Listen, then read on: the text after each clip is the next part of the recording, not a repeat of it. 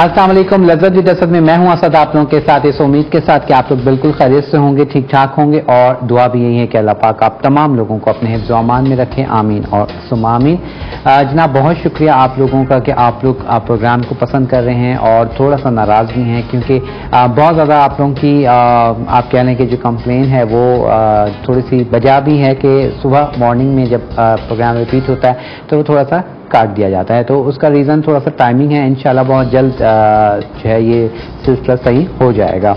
और आज हम आपके साथ कौन सी रेसिपी शेयर कर रहे हैं कि आज हम बना रहे हैं आप लोगों के साथ बहुत ही मज़ेदार सी सब्ज़ी की रेसिपी है। बहुत ज़्यादा रिक्वेस्ट आ रही थी, मैंने अनाउंस किया था खंडवियों का, लेकिन आज हम खंडवियाँ नहीं बना पाएंगे क्योंकि थोड़ा सा कुछ उसमें प्रॉब्लम थी, तो वो मैं नहीं उसकी प्रिपरेशन कर सका। आज हम बना रहे हैं पाव भाजी। पाव भाजी बनाएंगे और पाव भाजी के साथ यानी कि उसका पाव भाजी का मसाला बनाएंगे, फिर उसको पाव की जो भाजी बनेगी, भुजिया बनेगी सब्जी में, उसमें यूज़ करेंगे और पाव भी बनाएंगे। अब पाव जो है वो क्या है?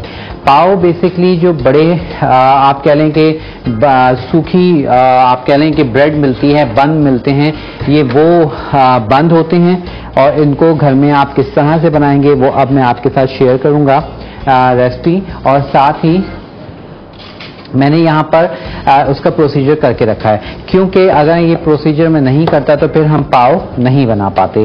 तो यहाँ आप देखिए, सबसे पहले हम पाव का तरीक़ेकार बता रहे हैं। ये देख रहे हैं, ये आटा गूंद के पेड़े बना के मैंने इनको रख दिया था, और ये जब मैंने रखा था तो ये बिल्कुल हाफ यानी कि आधे सांचे तक थे। अब ये फूल के और ऊपर आ गए हैं। तो इस तरह से आपने जब भी आप बन बनाएं, पाव बनाएं, कुछ भी आप बनाएं, तो उसको आपको रेस्ट ज़रूर देना है।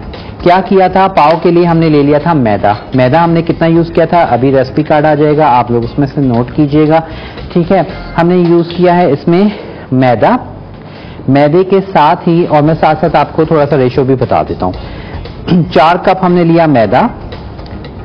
इंस्टेंट ईस्ट हमने लिया 2 खाने के चम्मच, उसके साथ नमक 1 चाय की चम्मच डाल दी, पिसी हुई चीनी 2 खाने के चम्मच, और मक्खन ले लीजिए या तेल ले लीजिए 4 खाने के चम्मच। यानी जितना मैदा होगा उतने ही खाने के चम्मच चीनी होगी, उतने ही खाने के चम्मच ऑयल होगा।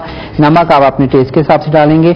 और उसके बाद क्या करना है, नॉर्मल जिस तरह से हम आटा गूंदते हैं उस तरह से आटा गूंदेंगे। आटा गूंदने के बाद उसको कवर करके आप रख देंगे कम से कम 40 से 45 मिनट। ये डबल हो जाएगा, राइस हो जाएगा। उसके बाद आपने आटे को थोड़ा सा मैदा लगा के रोल किया, पेड़े बनाए। पेड़े बना के आप देख रहे हैं इस तरह से मैंने रख दिए। जब मैंने पेड़े बनाए थे तो ये आधे यानी कि इस सांचे के बिल्कुल आधे हिस्से तक थे। अब ये आप देख रहे हैं आधा घंटा मैंने इसको रखा है, ये ऊपर फूल के आ गए हैं।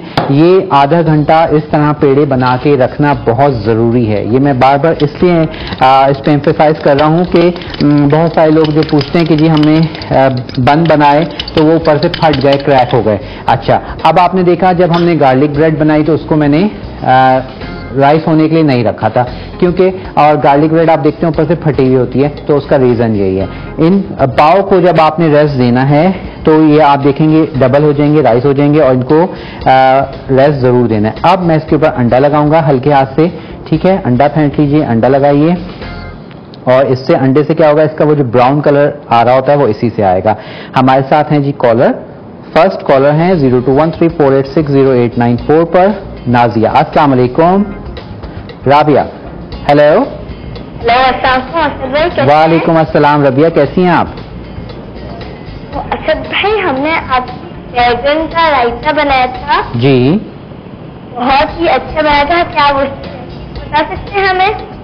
सॉरी, बैगन की है ना, आपकी आवाज मुझे ना कट कट के आ रही है। आई थिंक आपकी लाइन में कुछ डिस्कशन है, प्रॉब्लम है, तो आप या तो दोबारा कॉल कर लीजिएगा, ठीक है।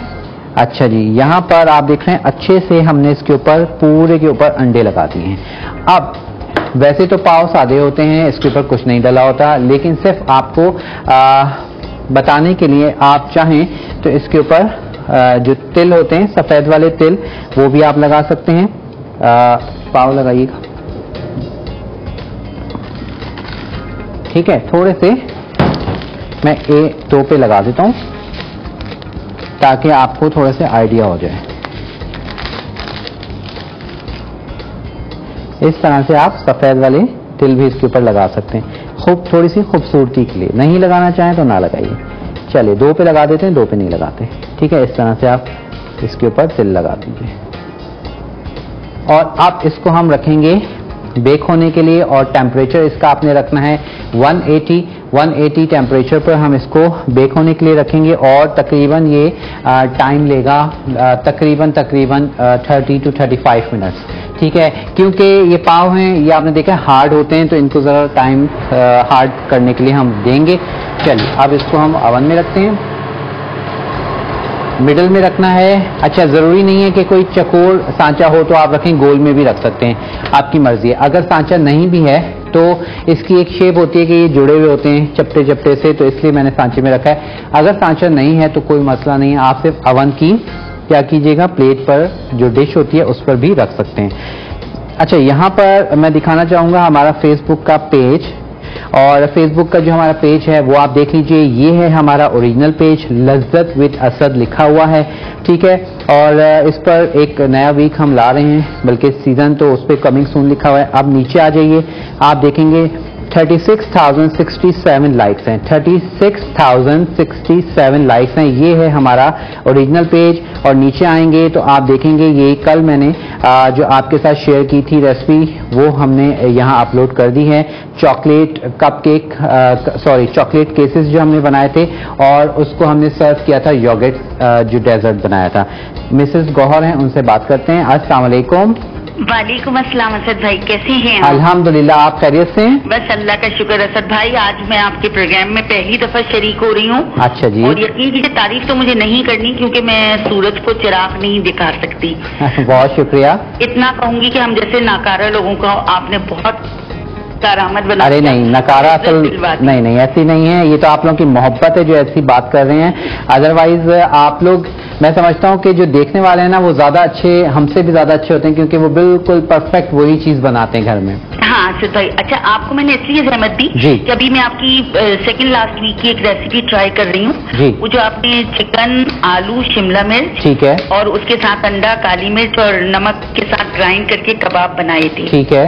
अच्छा, ये मैंने सब कर तो लिया प्रोसीजर, बट मेरा जो वो जो ये सारी चीजें है ना, जब मैंने ग्राइंड किया तो ये जरा पतली हो गई, ठीक है जी। तो अब मैं क्या करूँ?